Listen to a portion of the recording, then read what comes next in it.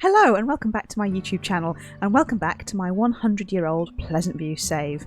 I've been showing these videos, I've been looking at different families, how they developed over the years, and today we're going to have a look at the Calientes. They have the biggest house in town up on this far corner overlooking the sea, a very prime location. They also have this house over here, also near the sea, and they've only spread out to two households. We have main Caliente household here, and then one of the brothers moved off to his own house in this section. So we've been playing this save over the past few weeks. I've been moving through the summer rotation. As you can see, I've got quite a few houses now on full, but still a few left to finish off, and the Calientes are one of those. So we're going to go in, I'm going to tell you all about their history and how they became the wealthiest and most powerful family in my Pleasantview. So this is the exterior of the Caliente house. It is unreasonably large, and I did no remodelling to it. I just plonked it in the town and let the family live in there. So I've seen lots of nice makeovers of this particular house, nice remodels.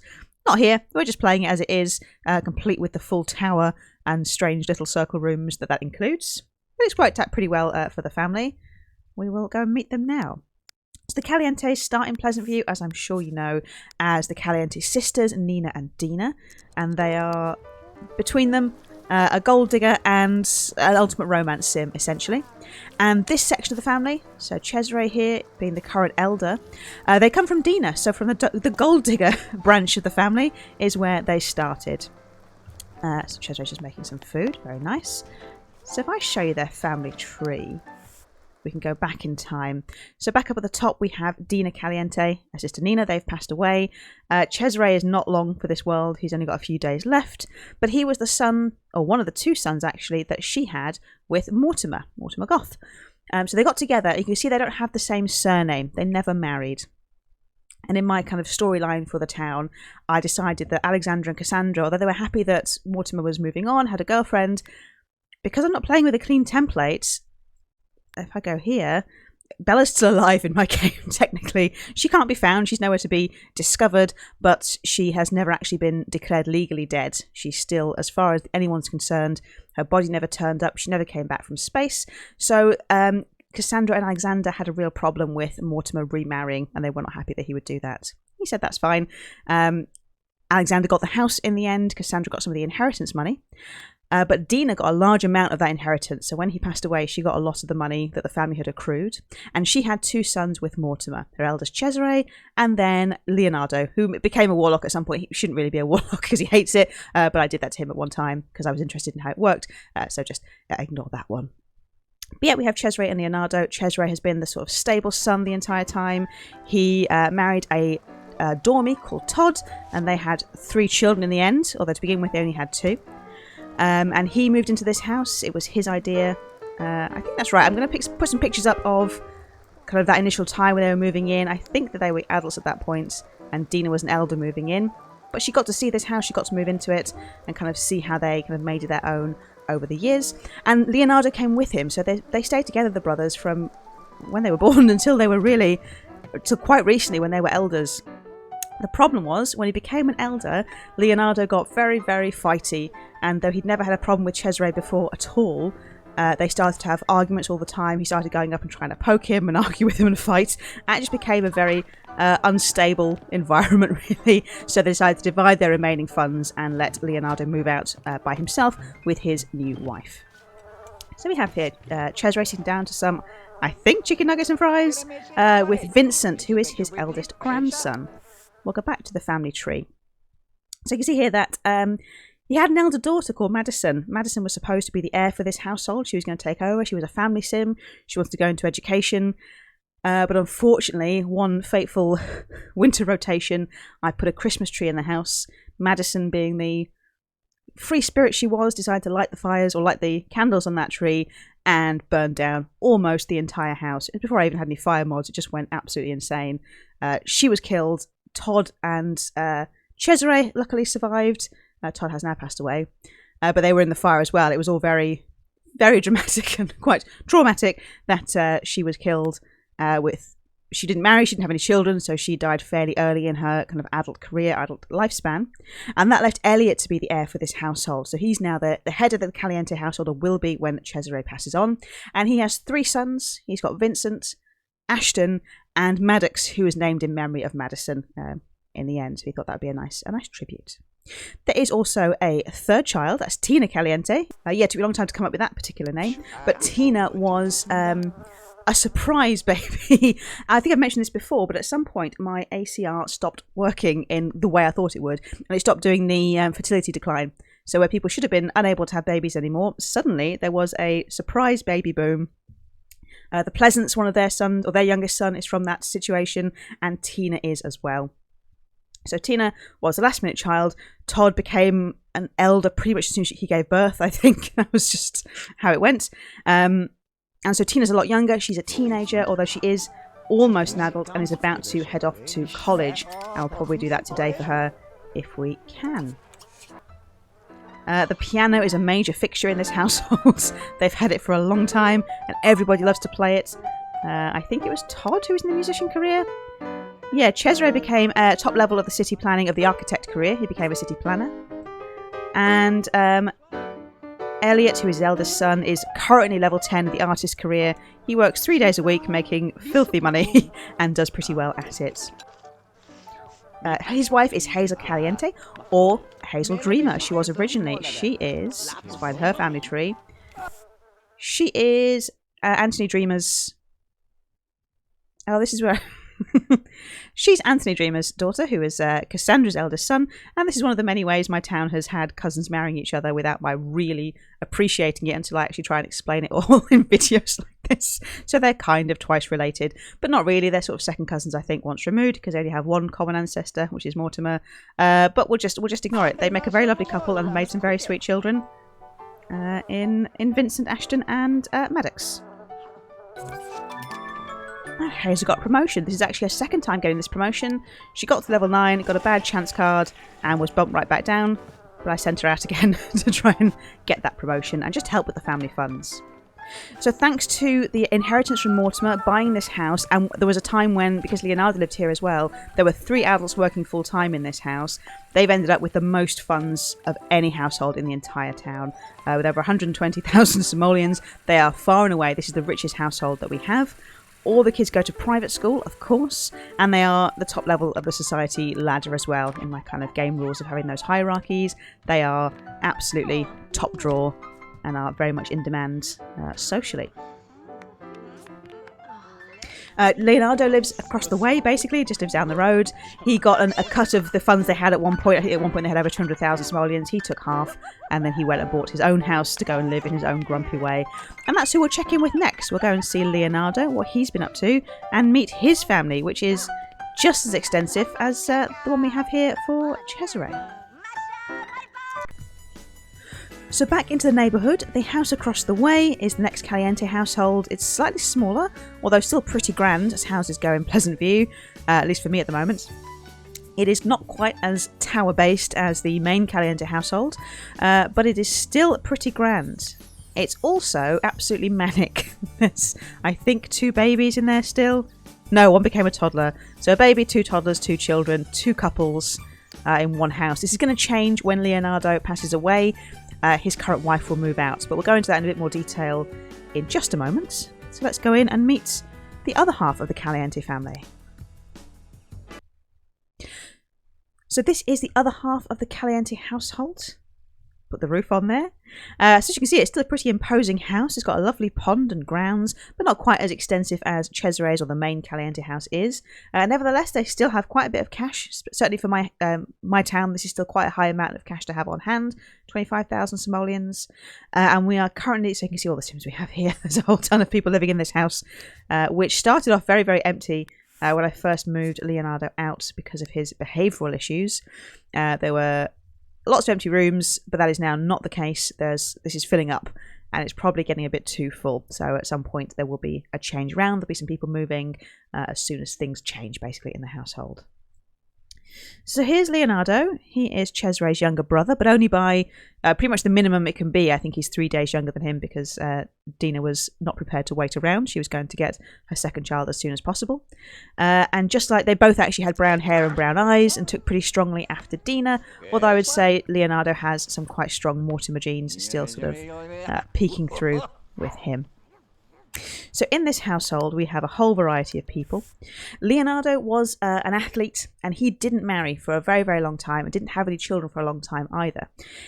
His brother had their 3 children, or their 2 children. They were going on well. And after Madison died, I think that kind of changed his perspective a bit. He kind of grieved as much as the others did, and also felt like he wanted to have his own legacy to pass on, his own children. But he's a romance sim, and he did not have any stable relationships. So what he did was a surrogacy arrangement with Lucy Burb, who's now Lucy Dreamer, because she married into the Dreamer family. So she carried Felicia, and Felicia was sent to live with Leonardo, and he raised her, and that's been her life. She wasn't in Lucy's life very much, although she did meet her, and they did have kind of an open situation. She is Leonardo's daughter, primarily. Now, much later on, when he became an elder, Leonardo met Dina Dreamer, who's an adopted child of one of the Dreamer households. The adoption messed up, and it says Stephen Tinker is her father. It shouldn't be, and I haven't ever gone back into SimPE to change that around. But Wanda Dreamer was her adoptive mother. By then, she was too old to have her own 3rd child, wanted another one, and so she adopted Gardenia with her husband, who I'm just trying to remember. I think it's Anthony Dreamer. Let's find out. No, Michael Dreamer. Cassandra had 4 sons, and so I confuse them quite regularly. They're all still alive, but it won't be for much longer. So yes, we have Gardenia. She married Leonardo. She's quite no nonsense. I figure she's a lot younger than him. She's lots of her life left to live, even when he passes away, so she's quite practical about it all. She's a fortune sim, wanted to marry into money. She did. They get on just fine, and they're in love, but I think it's also... She went in with her eyes open, and it was not taken advantage of at all. It was a very suitable option for her to take. They have had 2 children, and that's how Leonardo, in a very late age, has become quite a doting father to his oldest son, Nico, who also inherited the warlock situation. So my regrets are many, especially because Sage is also a warlock. And even though neither of them had any nice points, let's go meet Nico over here. I think you can see quite a bit of Leonardo in if he looks up. He has no nice points.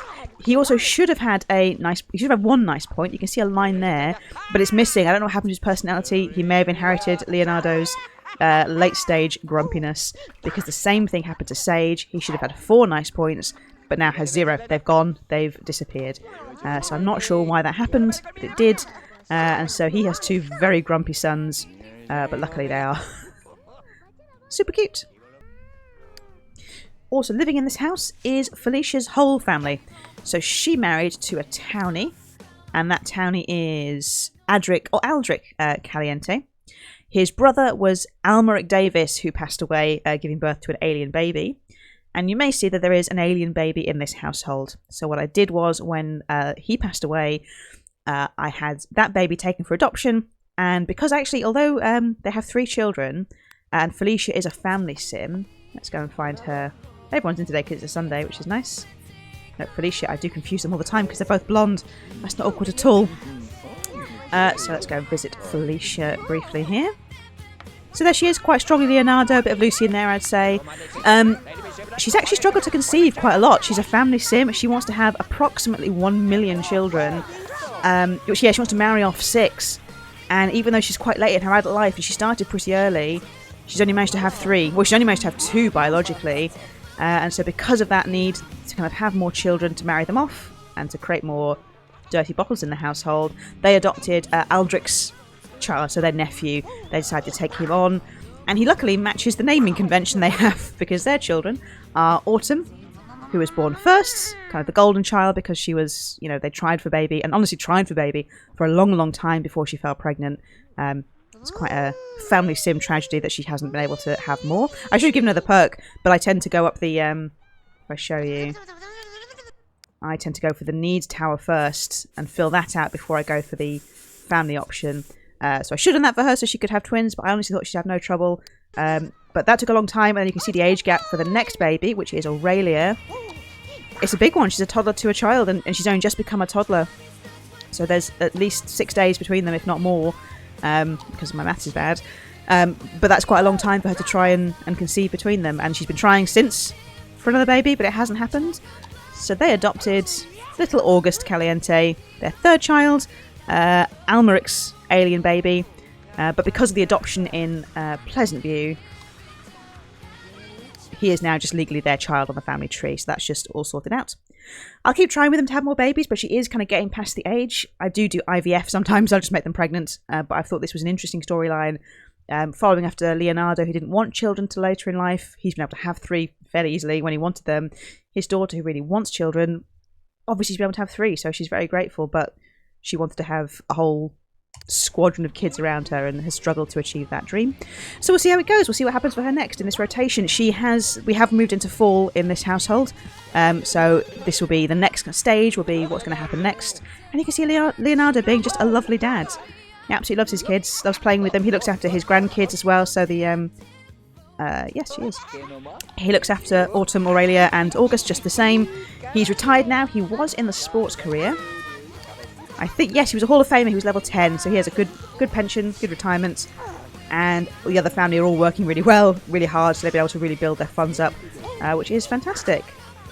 The best one is Gardenia, who's a Hand of Poseidon, which means she's maxed the oceanography career, which pays incredibly well. It might be one of the best paying careers in the game. She's made an absolute fortune, which is why if and when Leonardo dies, because he doesn't have too long left, he's currently 96 days old.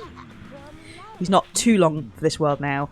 When he does pass away, she's going to move out with her kids, go rent an apartment somewhere, and live a fabulous life in her next phase. I think Gardenia's always been aware that there'll be a kind of next phase of her life to live when Leonardo goes, and she's ready to embrace it. So I hope you've enjoyed this look into the Caliente's lives and how Dina in particular has kind of shaped Pleasantview with her decisions, with getting with Mortimer, having her children, and how her children have carried that on. They've really made a difference, built their own wealth and their own houses and families up, and they're now a top social rank family, and they're pretty much living the best life you can live in Pleasantview, essentially. So we're going to leave this family here for now. Aurelia is desperate for a nap, so let's just sort her out quickly so I can save. So while Dina was kind of working on the family and sort of setting up her children to succeed, Nina was a little bit different. She married Don Lothario. She had 2 children, Francesca with Don, and then Dante with pretty much random townie, I think. What was his name? Ethan Barrett.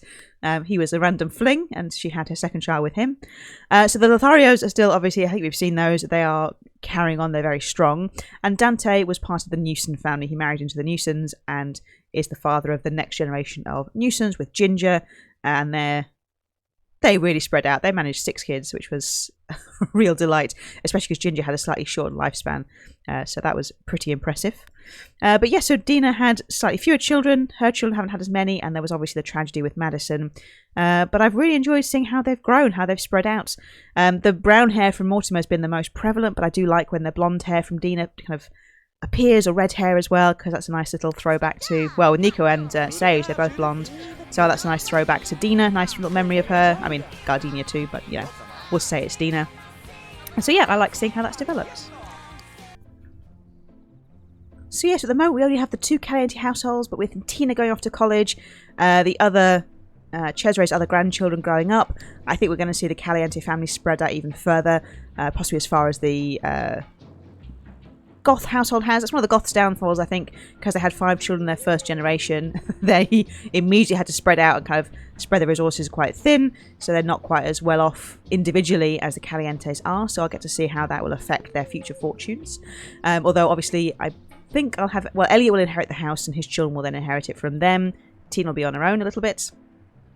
But yeah, I look forward to seeing how that develops, how that grows. Yeah, general Pleasantview update. As I said, I'm working through summer. We are almost there. I'm down to... I always end up down to a combination of the families I think are the least fun and the ones I'm scared to play with the Brokes, because I know Bo's going to die this time. I've put it off long enough. He's going to pass away, so I'm building myself up to that. And I've also played out some houses in downtown. That's been a kind of a spreading out, and Blue Water Village as well. And I've also embarked on a full hood census. I've decided it's time for a spreadsheet. I want to keep track of things, so I've been making that. And yeah, deciding what I want to put in it. I can do the names and locations and ages and things from memory, which has been a fun little brain teaser to do. But I'm going back in house by house now, and I'll fill out things like their aspirations. Just like to see the numbers. I like to see what the spread is for my town. Kind of how many Sims have different aspirations, secondary aspirations, the careers, how that's split up in the end. So yeah, that'll be interesting to see how that develops. So thank you very much for watching this video. I hope you've enjoyed seeing how Dina has impacted the whole of this town, had the success story of a massive gold digger. She did it, it all worked out.